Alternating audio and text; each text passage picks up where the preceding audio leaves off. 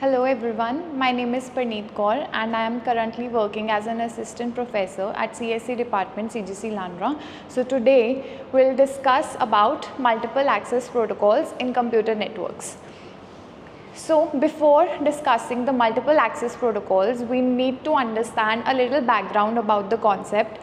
So multiple access protocols are the types in data link layer. It is a type of data link layer protocols. So what is a data link layer? Data link layer is a layer in the OSI model. OSI model is a reference model that we use to understand the data transmission that occurs from the sender to the receiver. So here we have 7 different layers and each layer has a role and responsibility to play, in which the data link layer is the 6th layer from the top and 2nd layer from the bottom. So the data link layer is used for error-free transfer of data frames. Now what are the other responsibilities of data link layer? So here we have 4 main responsibilities that the data link layer plays. So first is hop to hop or node to node delivery. Now hop to hop or node to node delivery means like whenever we want to transmit data from sender to the receiver, there are many networks or there are many devices in between. Like for an example, we have a network here and our source is here in this particular network, and this network is connected with a router to another network, and here we have the destination in this particular network. So hop to hop or node to node delivery means that data link layer is responsible that whenever sender wants to send a data packet to the receiver to its desired destination, the data link layer is responsible to take it from the network outside of the network and deliver it to the immediately next device that the data link layer is responsible for it. So the immediately next device is the router here.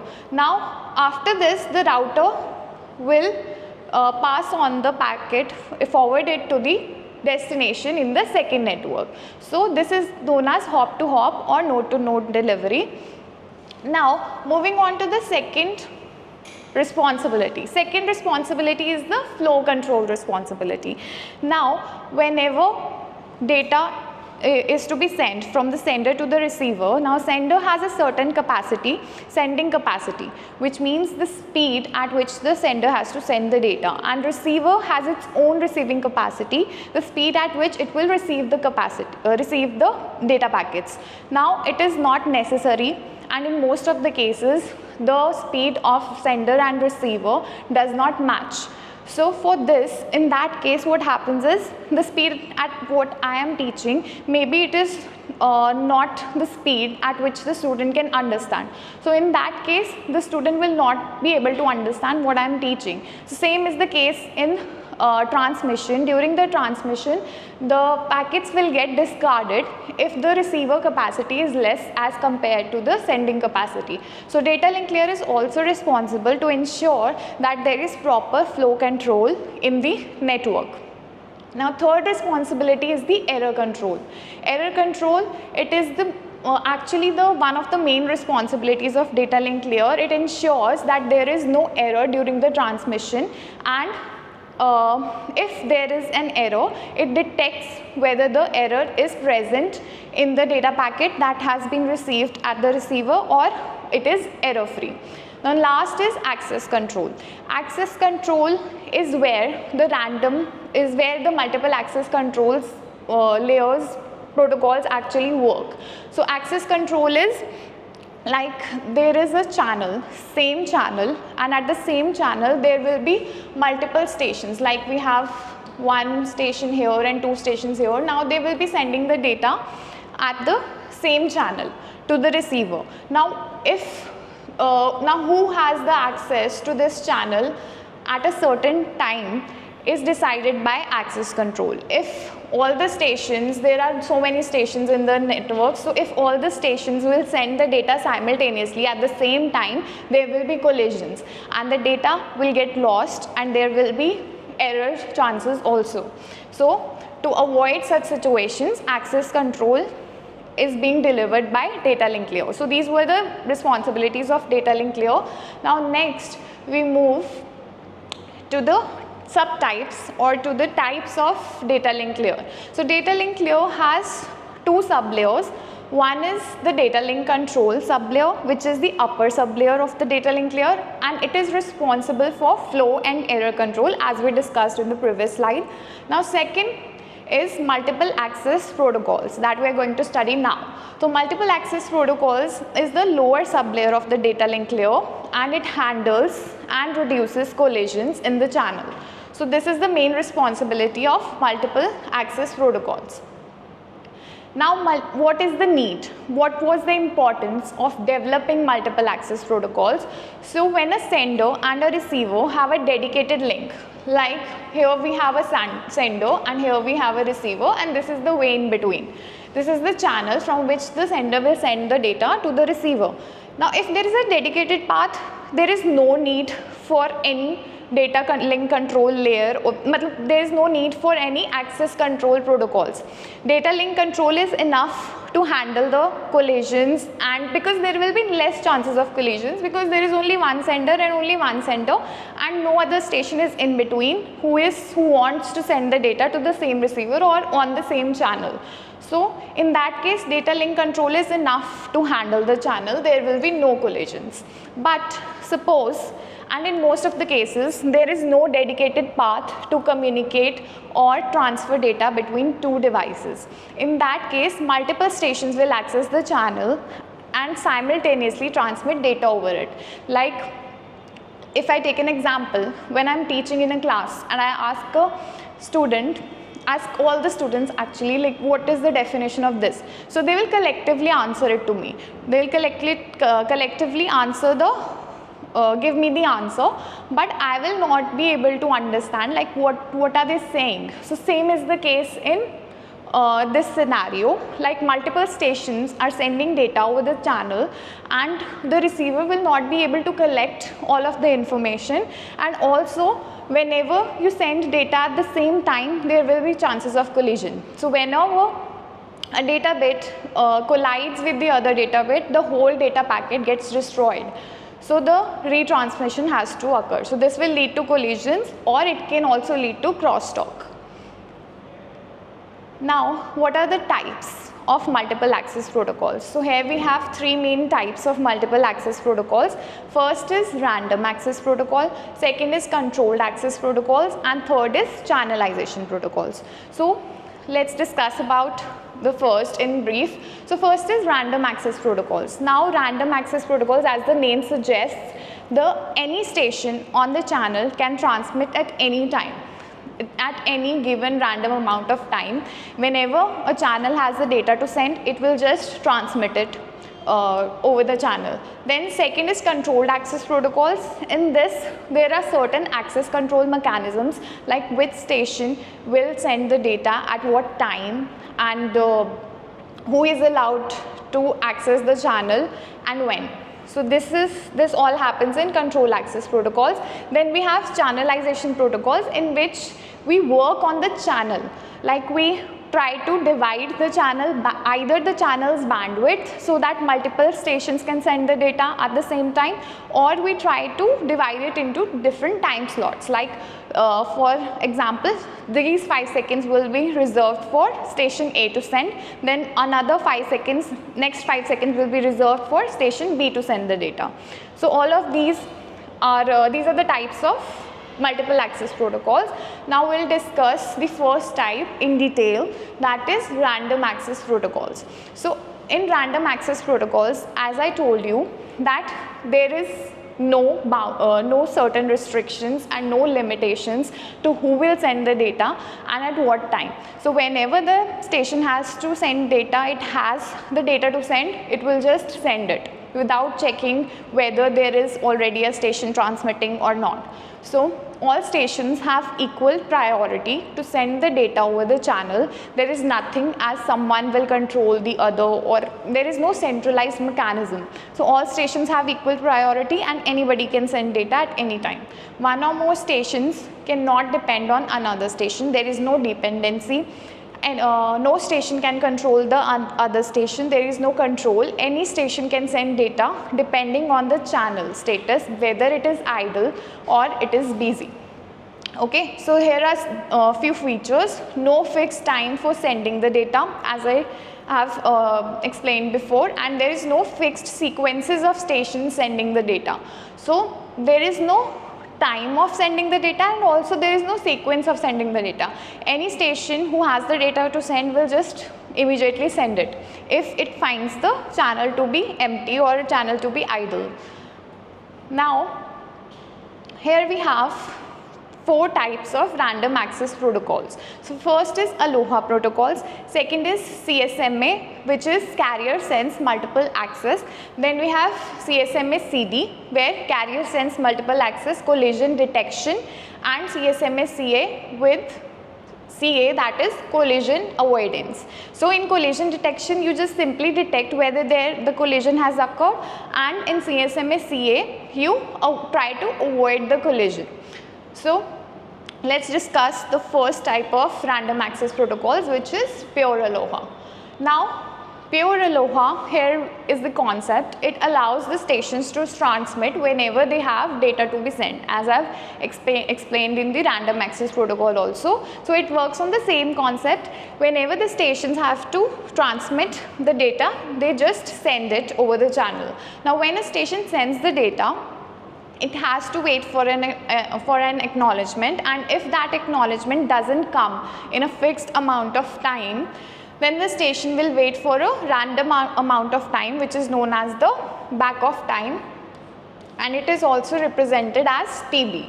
So the station will wait for that random amount of time, that is back of time, and it will resend the data. Now data can be sent at any given point of time. So these are some of the features. First is, like, whenever the station has data to send, it will just immediately send it, and there is no sequence of sending the packets, or any station can send the data. Then data can be sent at any given point of time also. Now these are some of the collision scenarios. Before discussing this, we have to understand what are the collision scenarios. Like here we have data frames, these are the data packets. So this is the packet of station B, and this is the packet of station A, and this is the packet of station C. Now what is happening is, here we have a packet whose data was being transmitted, and the ending of the data packet B has been collided with the beginning of data packet A. So in this case, whenever 2 frames try to occupy channel at the same time, there will be collision and both frames will be lost. Here we can see, like, data transmission occurs in the form of data packets or fragments or segments, whatever, because there is different nomenclature in every layer of the OSI model. So if we consider it to be a packet, so here the packet contains data bits which are traveling. Now data bits will travel and will propagate through the channel, and they will take time. So in this packet, the last bits of this packet will collide with the initial bits of this particular packet of A. So in this case, collision occurs. Now all the bits will be destroyed, the entire packet will get destroyed. So if first bit of a new frame overlaps with just the last bit of a frame that is almost about to finish the transmission, then also both packets will get discarded and the destroyed frames will have to be retransmitted. So this is the collision scenario in pure Aloha. Now here is another example. Here you can see we have 4 stations, station 1, 2, 3 and 4, and station 1 is sending 3 frames, 1.1, 1.2, 1.3, and 2 is sending 2 frames, 2.1, 2.2, 3 is sending 3.1, 3.2, and 4 is sending 4.1. So in this case, the collision occurs here where the last bits of the frame 1.2 is being collided with frame 2.1 and 3.1 and initial bits of 4.1. So here the green area is the area that highlights the duration of the collision. So in this case, there are very high chances of collision because whenever the station has data to send, it will just transmit it. Now to improve this particular mechanism where collisions were occurring at a very high rate, slotted aloha was developed. Now in slotted aloha, what is the concept? It was developed to improve efficiency, as I have told you, and time for the channel is divided into discrete times intervals, that is known as time slots. So the entire time of the channel was divided into different time slots, where it was reserved like this station has to send send the packet at this particular time. So sending of data packets is allowed only at the beginning of the time slot. In pure aloha, whenever there was data to send, everybody was sending at that time. Now in this case, since the time has been divided into time slots, every station can send only at the beginning of the time slot. So if a station misses out the allowed time, it must wait for the next slot to occur. This reduces collision to a certain extent. So here in this case, now we can see the collision scenario. In slotted aloha, you can only send the frame at the beginning of the slot. So like if B has sent this frame here, and somebody A also has a data to send, but it has missed the slot. So it will not send, it will not be able to send the data with B. So in this case, collision has occurred, but the rate has been decreased. Now B is sending in its data at the beginning of this particular time slot, and A and C are sending at this time slot, and yes, collision has occurred, but it is at a very less rate as compared to pure aloha. Now if we consider this example, here are another 4 stations, and these are sending the frames that they have to send. Now in this case, we have divided time into different slots. So here we have 6 slots, and every station will send the data only at the beginning of the time slot. So here we can see there is no collision, because other stations could at least maybe could have missed the time slot, this particular time slot, or did not have the data to send. So only station 1 is sending. Here only station 2 is sending, and in this case, which is the collision duration, 2 frames have been sent. Then slot 4, only frame of station 4 is being sent, and last slot is also where the collision has occurred. So as comparatively we can see the collisions have decreased, but yeah, collisions are still occurring. So moving to the next type of random access protocol, it is the CSMA. Now carrier sense multiple access. Now what is carrier sense multiple access?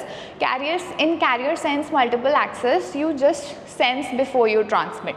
Like in Aloha, we were just sending the data packets when there were data to be sent. Now to minimize the chances of collision and improve the performance, you have to sense before you transmit, or like if we listen before you talk. So senses the traffic on a channel before transmitting the data. If the channel is idle, the station can send the data to the channel, otherwise it must wait until the channel becomes idle. So what you do in CSMA, you sense the carrier or the channel that will carry your data. So it is just a simple concept, but yeah, it can decrease collisions at a much more rate as compared to Aloha mechanisms. Now we have access modes of CSMA. First is one persistent. Now what is one persistent? Each node first senses the shared channel, and if the channel is idle, it immediately sends the data. So whenever you have data to send, you will go to the channel and you will sense it. If there is transmission going on, you will wait. If there is no transmission going on, you will immediately send the data. So here we can see this is the channel, and the station is continuously sensing, because here the transmission is going on. This green highlighted area is the transmission which is going on.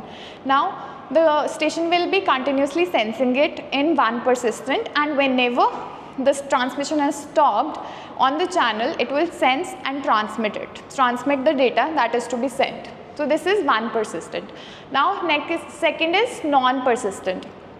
In non-persistent, each node must sense the channel, and if the channel is inactive, it immediately sends the data, as was happening in one persistent. But if the station senses the channel and it finds it to be busy, then it will wait for a random amount of time, and when the channel is found to be idle, it transmits the frames. So in this case, the channel has the station is sensing the channel and it is found to be busy. This green highlighted area is again depicting that there is transmission going on the channel. So here you will sense the channel and it has found it to be busy, so it will wait for a random amount of time and then it will again sense the channel and again it has found it to be busy, so it will again repeat the process and it will wait for a certain amount of time and then sense and transmit. Here it has waited for a certain amount of time random, and if later it has found the channel to be free, so it will immediately transmit it. Now last is P-persistent. Now P-persistent is a combination of one persistent and non-persistent modes. The P-persistent mode defines that each node senses the channel and if the channel is inactive, it sends a frame. So here we see it is continuously sensing. Now you have divided it into time slots. So here probability does not allow that you will send it into this particular slot even if you have sensed that the channel is idle. So you will immediately shift to the desired time slot where you are allowed. So other types will be discussed in the upcoming sessions. Thank you so much for today.